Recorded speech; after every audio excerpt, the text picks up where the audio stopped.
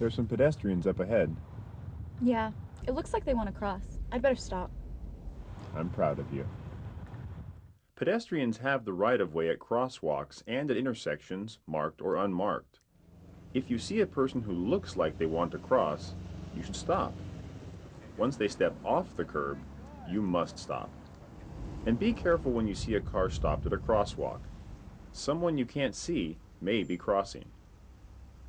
There's a few other right-of-way situations you should know about. When an emergency vehicle has its lights on, you must move to the far right side of the road and stop. If you are already in an intersection, continue through and then pull to the right and stop as soon as you can. Emergency vehicles often use the wrong side of the road to continue, so stay stopped until it is passed. Then it's a lane change, so signal, check your mirrors, and look over your shoulder. When it's safe, pull into the driving lane again. School buses with flashing red lights mean that children are exiting the bus and you are required to stop no matter what side of the road you are on. If you are on the opposite side of a raised barrier, this does not apply.